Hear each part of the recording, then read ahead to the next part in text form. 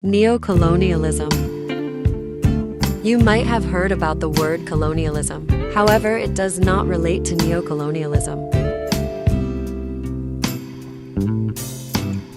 Basically, colonialism is the practice of a powerful nation seeking to extend its authority by conquering other countries or establishing settlements and controlling their populations and resources. This domination can be through direct territorial acquisition or by establishing economic and political control over the colonized area, while neo-colonialism refers to the practice by which powerful countries indirectly maintain or extend their influence over less powerful countries, often through economic, political, or cultural pressures. Unlike classic colonialism, neo-colonialism does not involve direct political control or territorial acquisition.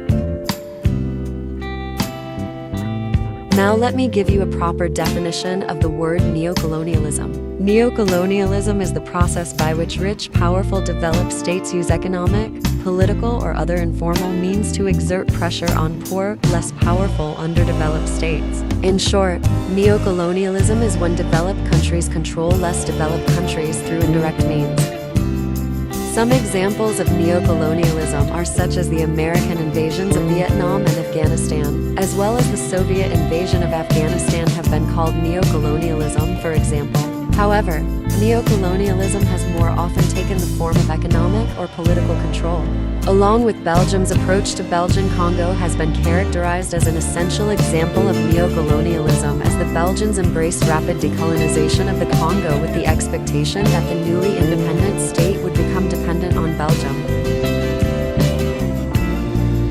You may be wondering how all this started. Well, after World War II, the European colonizing nations began to grant independence to their former colonies. New fledgling nations gained political independence but were bound by economic ties still controlled by the colonizing powers. Now again, who created the word neo-colonialism? In 1965, Kwame Nkrumah coined the word neo-colonialism to describe the influence of the former imperial nations on the ex-colonies in the areas of economy, language, culture, and political philosophy. But how did he impact the neo-colonialism movement? Nkrumah's submission had an impact on neo-colonialism, however. He was also in the projection that as dangerous neo-colonialism is to the future of Africa, it would eventually, like colonialism, be defeated by the unity of all those who are being oppressed and exploited. He prescribes unity and awareness amongst all Africans. Top 7 methods of neo-colonialism. Through interference in the internal states of new states, through the supply of arms and weapons, through control over international economic institutions, through the use of multinational corporations, by creating economic dependencies. What are the effects of neo-colonialism?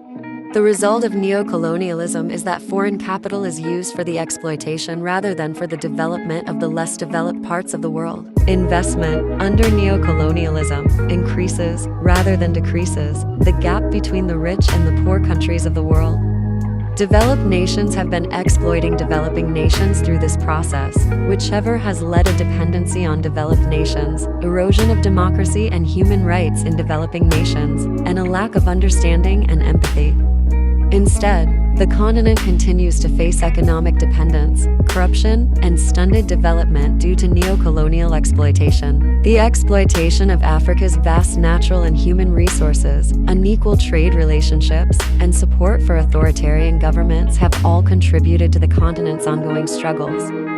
How is neo-colonialism impacting the society today? Critics argue that neo-colonialism operates through the investments of multinational corporations that, while enriching a few in underdeveloped countries, keep those countries as a whole in situation of dependency. Such investments also serve to cultivate underdeveloped countries as reservoirs of cheap labors. What are solutions to neo-colonialism? To break down the negative effects of colonialism and the cycle of neo-colonialism in Africa, intervening governments and non-profits must listen to communities and invest in human development, as opposed to mindlessly donating money to already wealthy elites. Thank you all for watching. But don't forget to like, comment, and subscribe for more videos like this. Also go follow my Instagram page in the link down below. You will be the first ones notified before I post. And again, thank you for watching. Have a great day, everyone.